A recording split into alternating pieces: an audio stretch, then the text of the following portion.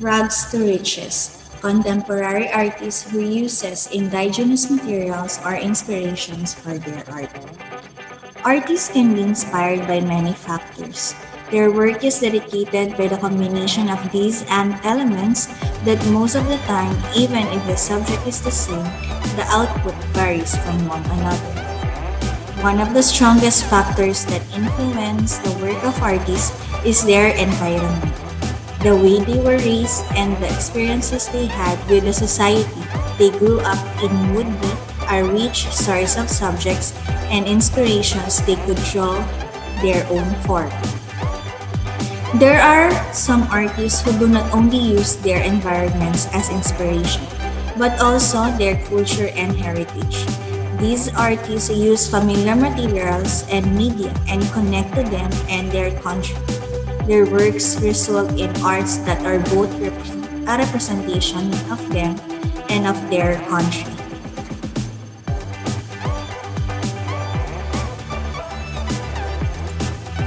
For some artists, or most of the artists, use their experience, their cultures, their environment to be the inspiration for their artworks. They could be of the same culture, the same ideas, same experience. Now we do have different artists from the different islands in the Philippines. Let's have first in Luzon. Now in Luzon, we do have Rodel Tapaya. He is from Bulacan. He is known in the world of visual arts. He became famous by winning in the Nokia Art Award. He graduated at UP in Fine Arts. His inspiration in arts is the culture and history of the Philippines, the folktales and myths. So he said that in some way I realized that old stories are not just memories. Can find connections with contemporary time.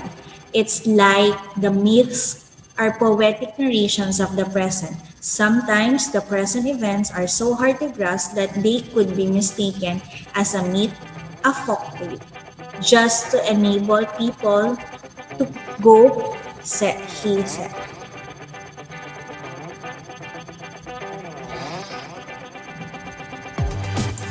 With Rodel Tapaya, the way or he inspired was inspired by the folk tales and myths in the Philippines. So as we can see here in the Philippines, it's very famous. We are very famous of those folk tales, their myths, just like the creatures, the tikbalang, manananggal, shana. So as for him, he used this as inspiration for his artworks.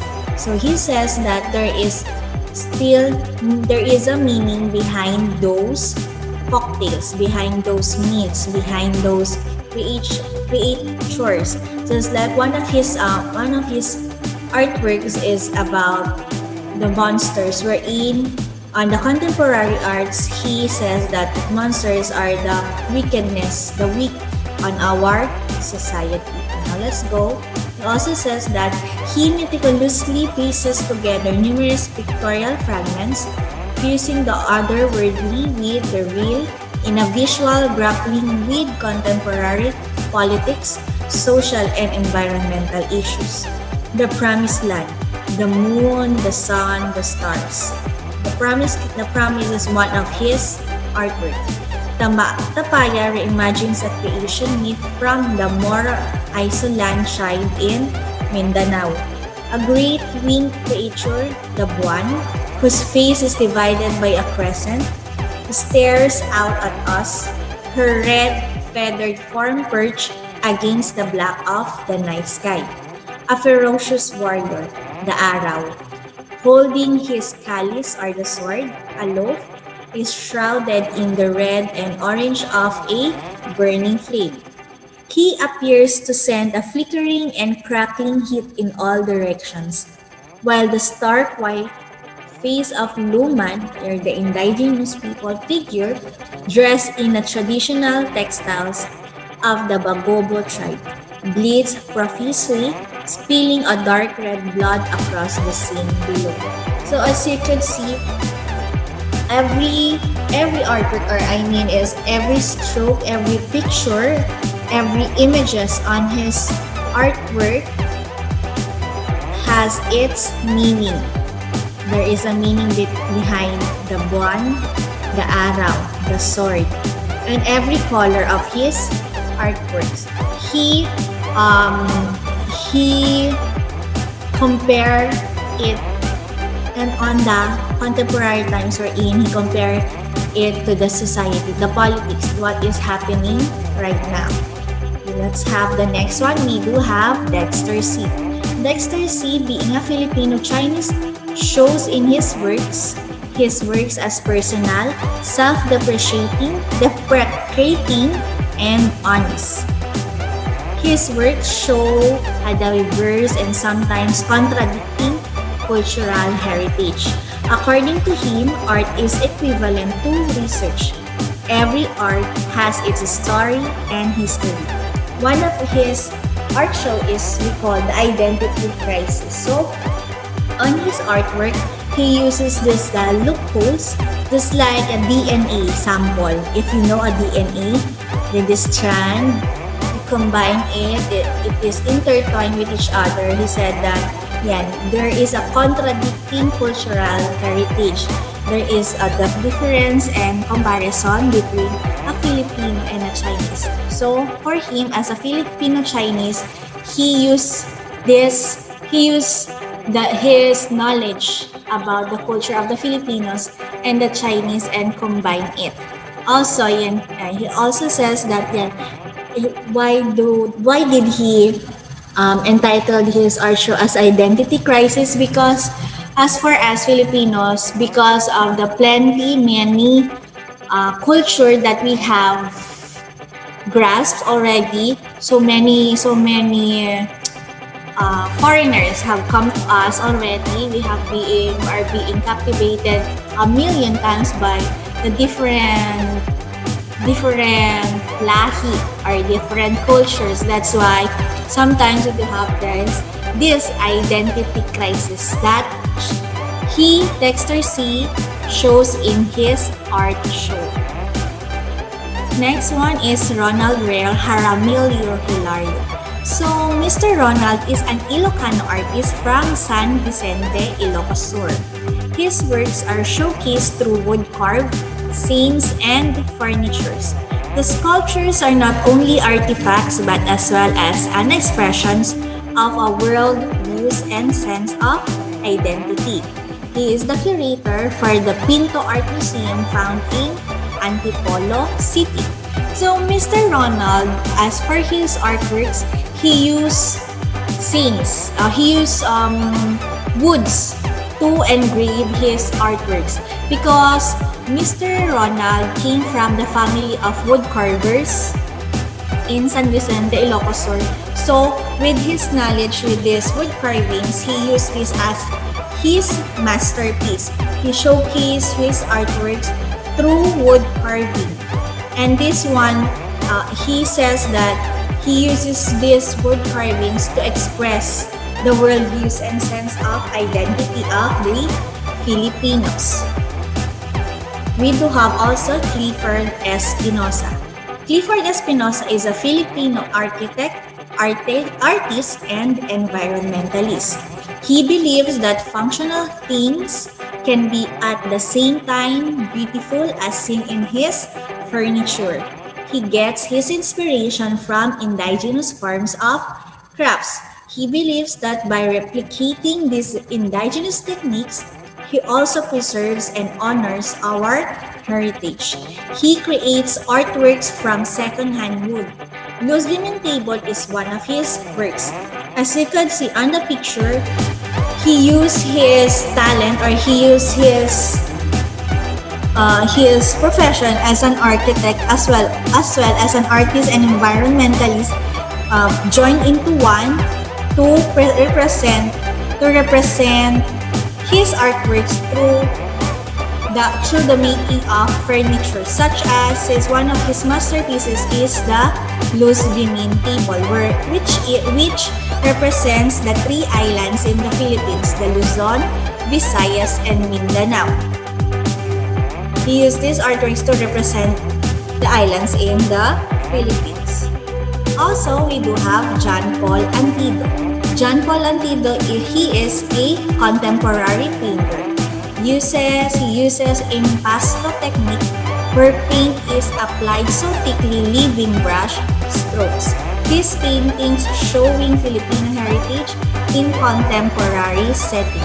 His paintings are said to be an allegory of the situation of the Filipinos. So, John Paul uses this impasto technique wherein in his paintings we could see the strokes, the very hard strokes of the hand strokes when through his paintings, a very thick colors that represents what is the society right now in the Philippines, the situation of the Filipinos.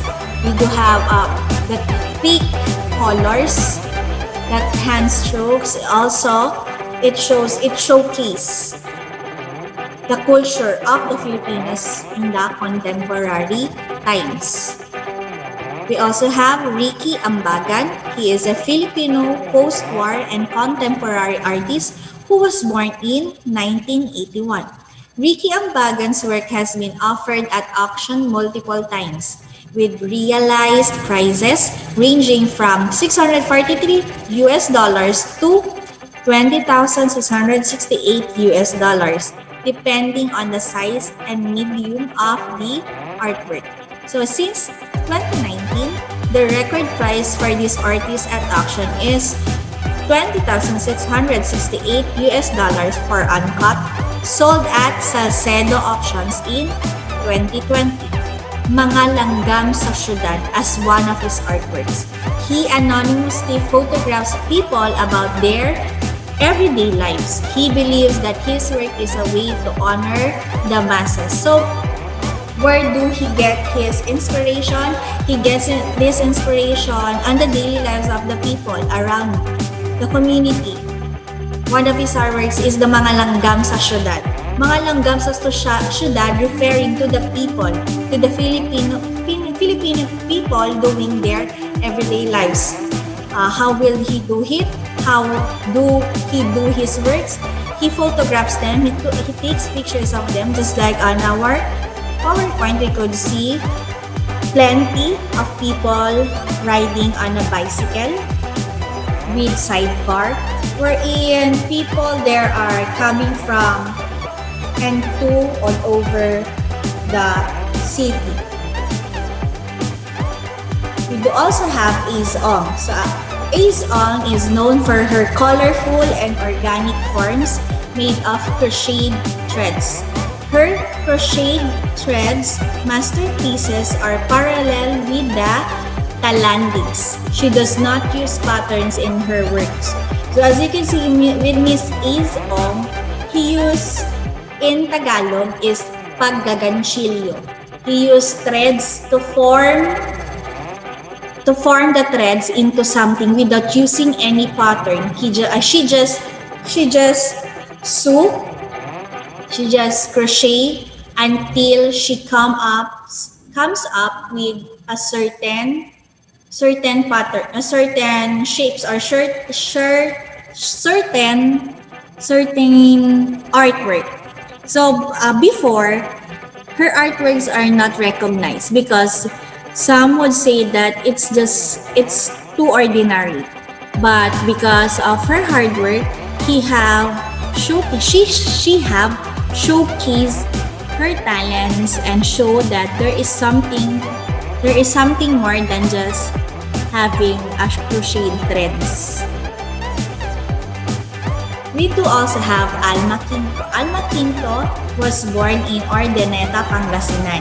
She believes that art has a social responsibility to the community and that art can be used as a tool for healing and collaboration. Her themes are often about serious social issues. So as you can see for her sample artwork, she uses these artworks to showcase the serious social issues that are happening in our country. She also says that through artworks, we could have that healing. And also, she believes that through arts, we could help the society. We could showcase what is really happening in the society. She uses different colors, different shapes, different images to showcase this one, to showcase her talent. Now let's go to the Visayas, the second island in the Philippines. First, we do have Peter James Pantinalgo and Maureen Osrian. They collaborated. They created a collection entitled Lawig that celebrates the unique relationship between the neighboring islands of Panay and Negros. Lawig means umbilical cord. These are the collection of hopes for the people to reflect and reevaluate what they know about their region and historically and sociologically. So this Lawigs it showcase the connection between the Panays and the Negros. Just like the connection between the mother and the child. We are connected to our mother when we are born through the umbilical cord. So there is a connection between the Panay and Negros as well. Next one is we do have Nunelucio Alvarado. So he uses his works to raise awareness on the sacadas of Negros. His paintings are often rooted in the problems of his province, such as injustice and poverty. Babaye was inspired by the women of the Visayas, often endearingly referred to as Inday. So for Nunelucio, his artworks, his inspiration to his artworks are the problems, the main problems or the common problems that is happening in his province, specifically in Negros. And he uses the Indays or the Babaye, the women of Negros, to showcase these problems of his province. We do have also Manuel Panares or Panares. He is a Cebuano known for his historical themed paintings. He creates realistic paintings of Cebu and Mindanao's historical events.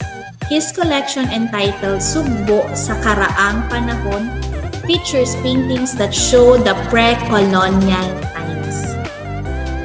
As you can see on the sample paintings, sample artworks, it showcases the life in the Philippines, what is happening in the Philippines, on religion and politics.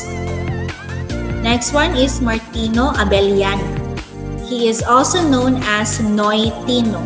He is also acknowledged as Dean of Cebuano Painters. He is known for his seascapes depicting beautiful shores and beaches of Cebu. Why Dean of Cebuano Painters? Because they have said that Martino Abellian he is the one who introduced artworks in the Philippines, the Cebuano painters. For his works here, his inspiration is the seascapes, depicting beautiful shores and beaches of Cebu. And let's go to the last island in the Philippines, which is the Mindanao. Now, we do have first is Mariano Amar Katage. He is a Davao artist who depicts the Lumans. Lumans are the peoples in the Mindanao. He is also a chronicler.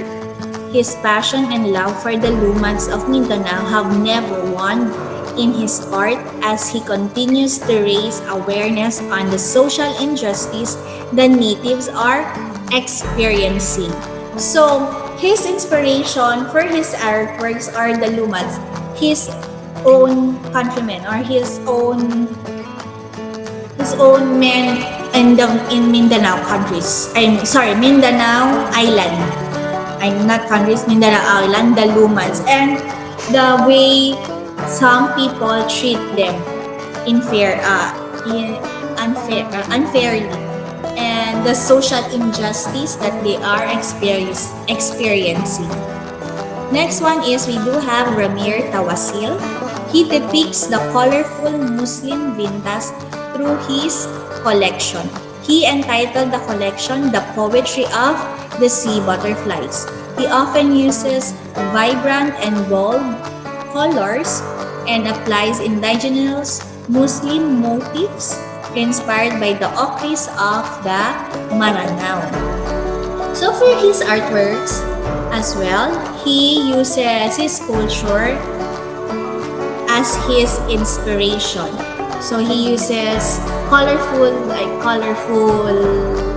yes, bold colors, vibrant colors to depict the people in Maranao. Next one is Sabir Amman. He is one of the greatest painters in Mindanao. His works are inspired by the rich culture and tradition of the Filipino Muslims. His subjects are often genre paintings of community life, with his figures carved in colorful and detailed costumes. He uses subtraction technique. So what do we mean by subtraction technique? This is wherein he would paint first, then afterwards he would lessen the colors. He would adapt some of the colors to be more to lessen the colors of his painting. And we do also have Bert Monterona. His works are known all over the world for his use of color, human figures, symbols, and motifs. He is a mixed media artist who is known for his innovative use of indigenous materials for his art, tapestry and bamboo stick paintings to be exact. His tapestry paintings have bark-like quality through his use of dye and textile paint. He depicts his inspiration to his artworks depicts Filipino myths and rituals. While the bamboo stick paintings uses trademark technique or the textile paint and bamboo. He is also what we call a political artist. So to lessen the use or to have plenty of money to buy things, he used as instead of using or buying those painting materials as instead of using those ones, he used instead a bamboo stick for his paintings, and he used second-hand materials, textile paint, because it's more cheaper than the usual paint that we use in painting. And I think lastly is Abdul Mari Kimao. He is one of the most well-known visual artists from Sulu, Mindanao. He is a painter, a photojournalist, a cultural researcher, documentarist, and a sculptor. He is recognized as, in 2006, one of the most recognizable in contemporary art. His stylized depiction of the indigenous motifs such as the okir, sarimanok, and naka.